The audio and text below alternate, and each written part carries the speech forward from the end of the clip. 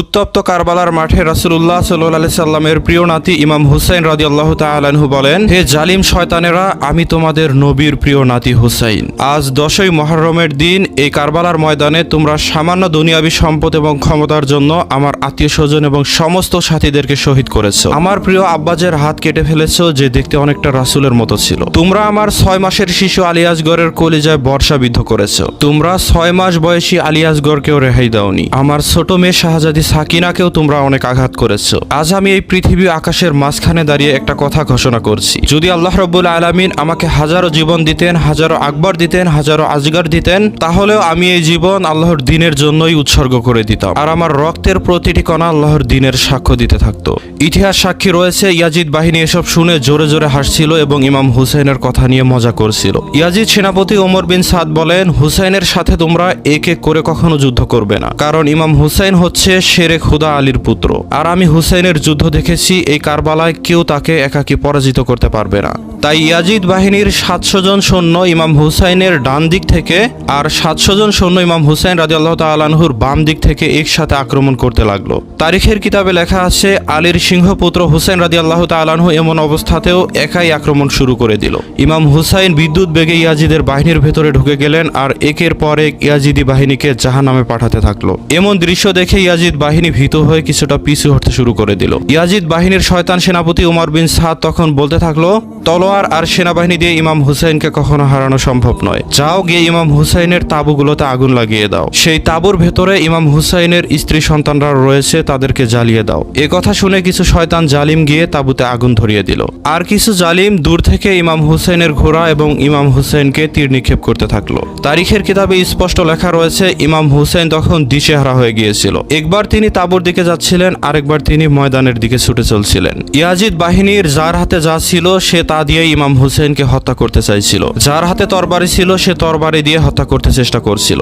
যার হাতে তীর ছিল সে দূর থেকে তীর দিয়ে ইমাম হুসাইনকে মারার চেষ্টা করছিল। ইতিহাস সাক্ষী রয়েছে, যার কাছে হত্যা করার কিছুই ছিল না সে কারবালার উত্তপ্ত পাথর নিয়ে ইমাম হুসাইনকে আঘাত করার চেষ্টা করেছিল। ইমাম হুসাইন রাদিয়াল্লাহু তাআলা আনহু আকাশের দিকে তাকিয়ে বলতে থাকলেন, হে আমার প্রিয় আল্লাহ রাব্বুল আলামিন, 3 দিনের পিপাসিত আল্লাহর রাসূলের নাতির যুদ্ধ দেখুন। তখন গায়েব থেকে আওয়াজ আসলো, হে হুসাইন, তোমার আল্লাহ তোমার প্রতি রাজি খুশি হয়ে গিয়েছেন। এদিকে ইয়াজিদ বাহিনী ইমাম হুসাইন রাদিয়াল্লাহু তাআলা আনহুর ঘোড়া জুলফিকারকে তীর মারতে মারতে একেবারে বেহুশ করে ফেললো এবং ইমাম হুসাইনকে অনবরত তীর এবং বর্ষা দিয়ে আঘাত করতে থাকলো। এরই মধ্যে এক শয়তান জালিম ইমাম হুসাইন রাদিয়াল্লাহু তাআলা আনহুকে পিছন থেকে এমন জোরে তীর মারলো, যার ফলে ইমাম হুসাইন রাদিয়াল্লাহু তাআলা আনহু একেবারে ঘোড়া থেকে মাটিতে পড়ে গেল। কিতাবে লেখা আছে, ইমাম হুসাইন রাদিয়াল্লাহু তাআলা আনহুর শরীরে এত তীর বিদ্ধ হয়েছিল যে তিনি ঘোড়া থেকে পড়ে গিয়ে মাটিতে না পড়ে তীরের কারণে উপরে আটকে রইল। তখন ইয়াজিদ বাহিনী খুশিতে একেবারে আত্মচিৎকার করছিল। তারা বলাবলি করছিল, আমরা রাসূলের নাতি ইমাম হুসাইনকে হত্যা করে ফেলেছি। এরই মধ্যে ওবাইদুল্লাহ ইবনে জিয়াদ বলল, চেয়েছে কি দেখছো, যাও ইমাম হুসাইনের মাথা কেটে নিয়ে আসো। তো এ কথা শোনার পর ইয়াজিদ বাহিনীর যে ব্যক্তি ইমাম হুসাইন রাদিয়াল্লাহু তাআলা আনহুর মাথা আলাদা করতে ইমাম হুসাইন রাদিয়াল্লাহু তাআলা আনহুর কাছে যাচ্ছিল, সেই ইমাম হুসাইন রাদিয়াল্লাহু তাআলা আনহুর মুখে রাসূলুল্লাহ সাল্লাল্লাহু আলাইহি সাল্লামের চেহারা মোবারক ভেসে উঠতে দেখতে পাচ্ছিল, আর যার কারণে তৎক্ষণাৎ তারা সেখান থেকে চলে আসছিল।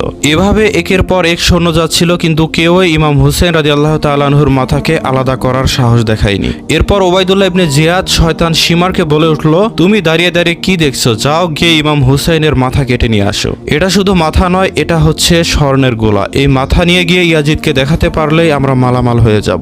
এরপর জালিম শিমার, যার ভেতরে কোনো মায়াদয়া ছিল না, সে আস্তে আস্তে ইমাম হুসাইন রাদিয়াল্লাহু তাআলা আনহুর কাছে গেল। গিয়ে দেখতে পেল ইমাম হুসাইন রাদিয়াল্লাহু তাআলা আনহু তখনও একটু জীবিত রয়েছেন। ইমাম হুসাইন রাদিয়াল্লাহু তাআলা আনহু কিছু একটা বলতে চাইছিল। তিনি যেন বলতে চাইছিলেন যে, হে আল্লাহ রাব্বুল আলামিন, আপনার জন্য আজকে কারবালার উত্তপ্ত ময়দানে আমি হাসি খুশি মনে আমার জীবনকে বিলিয়ে দিলাম। শয়তান শিমার সে কথার দিকে ভ্রুক্ষেপ না করে হাসতে হাসতে ইমাম হুসাইন রাদিয়াল্লাহু তাআলা আনহুর মাথাকে দেহ থেকে আলাদা করতে শুরু করলো। এরপর শিমার ধীরে ধীরে ইমাম হুসাইন রাদিয়াল্লাহু তাআলা আনহুর মাথা থেকে পাগড়ি খুলে চুল ধরে ইমাম হুসাইন রাদিয়াল্লাহু তাআলা আনহুর মাথায় ছুরিকাঘাত করতে থাকলো। আর এদিকে আহলে বাইতের তাঁবুগুলোতে আগুন জ্বল করে জ্বলে উঠছিল। ইমাম হুসাইন রাদিয়াল্লাহু তাআলা আনহুর স্ত্রী কন্যারা মাটিতে বসে চিৎকার করে কান্না করছিল। এদিকে ইয়াজিদ বাহিনীর কে যেন বলল, যাও তাঁবুগুলোকে লুট করে নিয়ে আসো, নিশ্চয়ই সেখানে অনেক দামি গহনা এবং মূল্যবান জিনিসপত্র রয়েছে। তো এটা বলার সাথে সাথে ইয়াজিদ বাহিনী গিয়ে তাঁবু লুট করতে শুরু করলো। যে তাঁবুর ভেতরে যাই পাচ্ছিল সেটাই চুরি করে নেওয়া শুরু করলো। কেউ শেরেখোদা আলীর তরবারি নিচ্ছিল, আবার কেউ মহিলাদের মাথা থেকে পর্দা টেনে ছিঁড়ে ফেলছিল। কেউ আবার ইমাম হুসেন রাদিয়াল্লাহু তাআলা আনহুর 4 বছরের মেয়ে বিবি সাকিনার কান থেকে কানের দুল টেনে ছিঁড়ে নিচ্ছিল। কারবালার ময়দান সেদিন এমন ভয়াবহ দৃশ্যে উপনীত হয়েছিল যে এই দৃশ্য দেখে আকাশ যেন ফেটে পড়তে চাইছিল। কারবালার উত্তপ্ত ময়দান যেন 2 ভাগ হয়ে যাচ্ছিল।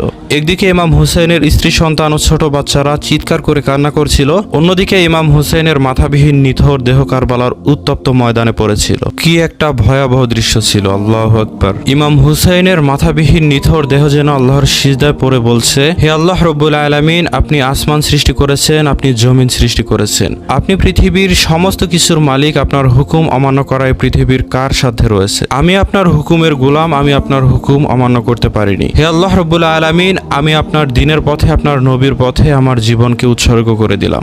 এই জমিনে আপনি ইয়াজিদ এবং তার বাহিনীকে তাদের প্রাপ্য শাস্তি দিয়ে দিবেন। এদিকে ইয়াজিদ বাহিনী উত্তপ্ত কারবালার ময়দানে পড়ে থাকা লাশগুলোকে একত্রিত করতে থাকলো। ইতিহাসের কিতাবগুলোতে লেখা রয়েছে যে ইয়াজিদ বাহিনী ইমাম হুসাইন এবং তার সঙ্গীদের নিথর দেহের উপর ঘোড়া দৌড়িয়েছিল। এমনকি ঘোড়ার সাথে রশি দিয়ে সেই নিথর দেহগুলোকে বেঁধে তারপর সমস্ত কারবালার উত্তপ্ত মাঠ ঘুরিয়েছিল, যার কারণে সেই নিথর দেহগুলো কারবালার উত্তপ্ত ময়দানে পাথরের আঘাতে ক্ষত বিক্ষত হয়ে যাচ্ছিল।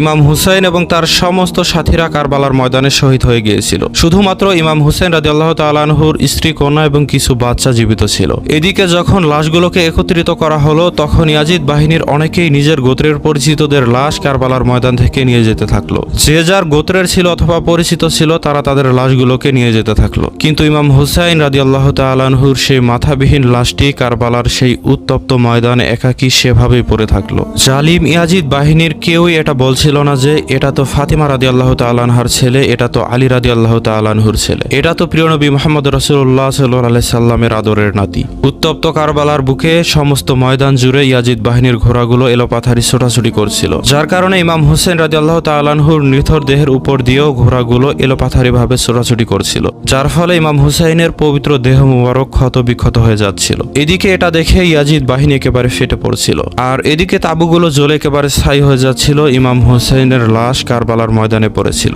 এরপর ইয়াজিদ বাহিনী ইমাম হুসেন রাদিয়াল্লাহু তাআলা আনহুর মাথাকে একটা বর্ষায় গেঁথে উল্লাস করতে করতে ইয়াজিদের মহলের দিকে রওনা হলো। সাথে করে ইমাম হুসাইনের স্ত্রী এবং কন্যাদেরকেও বন্দী করে কুফার দিকে রওনা হলো। তো সম্মানিত দর্শক, 10ই মুহররম কারবালার ময়দানে আরো অনেক ঘটনা ঘটে গিয়েছিল। আমরা আমাদের এই চ্যানেলে আসছে মুহররম মাসে কারবালার ময়দানের সমস্ত ঘটনা এবং বিষয়গুলোকে আপনাদের সামনে উপস্থাপন করতে চাই। তাই অবশ্যই ভিডিওটিতে একটি লাইক দিয়ে অবশ্যই আমাদের চ্যানেলটিকে সাবস্ক্রাইব করে রাখুন।